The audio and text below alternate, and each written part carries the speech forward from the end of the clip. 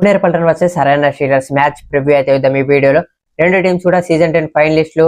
So అక్కడ పుణేర్ పల్టన్ అయితే beat చేసింది ఫైనల్ లో హర్యానా స్టీలర్స్ ని. అండ్ రెండు టీమ్స్ కూడా చూసుకుంటే సమవుజ్జీలు అని చెప్పొచ్చు. రైడింగ్ లో కానీ డిఫెన్స్ లో కానీ రెండు టీమ్స్ కూడా స్ట్రాంగ్ డిఫెన్సింగ్ యూనిట్ అయితే ఉంది. ఈ మ్యాచ్ లో ముందు పుణేర్ పల్టన్ గురించి చూసుకుంటే బ్యాక్ టు బ్యాక్ మ్యాచెస్ అని చెప్పొచ్చు. లాస్ట్ నైట్ జరిగిన మహారాష్ట్ర డర్బీలో యుముంబా పైన అయితే పుణేర్ పల్టన్ విన్ అయిపోయింది. ఆ మ్యాచ్ అయితే కొంచెం స్లో పేస్డ్ గా సాగింది. రైడర్స్ కి అయితే అంత అవకాశం లేకుండే, కానీ కొంచెం అండర్ పర్ఫార్మే చేసిల్లని చెప్పొచ్చు పుణేర్ పల్టన్ రైడర్స్. సో సచిన్ తర్వార్ చూసుకుంటే 3 రైట్ పాయింట్స్ చేసిండు. అస్లామిన్ అమ్దర్ 3 right points, Pankaj Mohite 2 right points. So కొంచెం అండర్ పర్ఫార్మ్ చేసినప్పటికీ డిఫెన్స్ అయితే స్ట్రాంగ్ ఉండడం వల్ల మంచి పర్ఫార్మెన్స్ ఇవ్వడం వల్ల మ్యాచ్ లో విన్ అయ్యాలని చెప్పొచ్చు.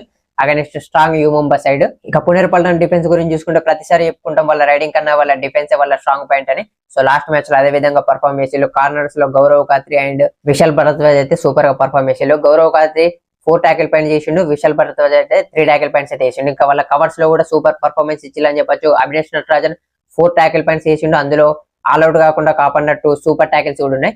అండ్ గుర్దీప్ సాంగ్వాన్ అయితే హైఫై చేసిండు లాస్ట్ మ్యాచ్ లో. అండ్ వాళ్ళ డిఫెన్స్ ఎంత స్ట్రాంగ్ గా చెప్పడానికి ఇంకో ఎగ్జాంపుల్ ఏంటిదంటే ఈ సీజన్ లో 12 టీమ్స్ ఉంటే ఓన్లీ పుణేర్ పల్టన్ స్టార్టింగ్ 4 డిఫెండర్స్ మాత్రమే హైఫై చేసిల్లు. ఇక మిగతా ఏ టీమ్ కూడా ఈ రికార్డ్ లేదని చెప్పొచ్చు, మెయిన్ డిఫెండర్స్ హైఫై చేయడం అనేది అందరూ. మరోవైపు హర్యానా స్టీలర్స్ చూసుకుంటే నవీన్ ఎక్స్ప్రెస్ ఇంజూరీ అయినప్పటికీ వాళ్ళ ఫామ్ అయితే ఏమాత్రం తగ్గదే అని చెప్పొచ్చు. బ్యాక్ టు బ్యాక్ విన్స్ తో అయితే మ్యాచ్ లోకి వస్తున్నారు.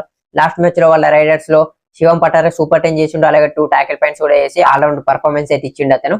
అలాగే వినయ్ కూడా మంచి సపోర్టింగ్ రైడింగ్ అయితే చేసిండు, 6 రైట్ పాయింట్స్ అయితే వేసిండు. సో థర్డ్ రైడర్ అవసరం అయితే రాలేదు. సో వాళ్ళ స్ట్రాటజీ ప్రకారం 2 రైడర్స్ 5 డిఫెండర్స్ తో వెళ్తున్నారు. డిఫెన్స్ కూడా సూపర్ పర్ఫార్మెన్స్ చేసిందని చెప్పొచ్చు. లాస్ట్ మ్యాచ్ లో కార్నర్స్ లో రైట్ కార్నర్ లో రాహుల్ సెత్పల్ 4 ట్యాకిల్ పాయింట్స్ చేస్తే లెఫ్ట్ కార్నర్ లో న్యూ డిఫెండర్ అయితే ట్రై చేసి హర్దీప్ ని. సో అతను అయితే హైఫై చేసిండు. అండ్ కవర్స్ లో చూసుకుంటే నీరజ్ 2 ట్యాకిల్ పాయింట్స్ చేసినప్పటికీ 4 అన్సక్సెస్ఫుల్ ట్యాకిల్స్ అయితే ఉన్నాయి. కొంచెం ఎక్కువ మిస్టేక్స్ చేస్తుందని చెప్పొచ్చు. అతనే కొంచెం వీక్ లింక్ గా ఉన్నాడు డిఫెన్స్ లో, ఈజీగా రైడర్స్ కి దొరికిపోతుండు.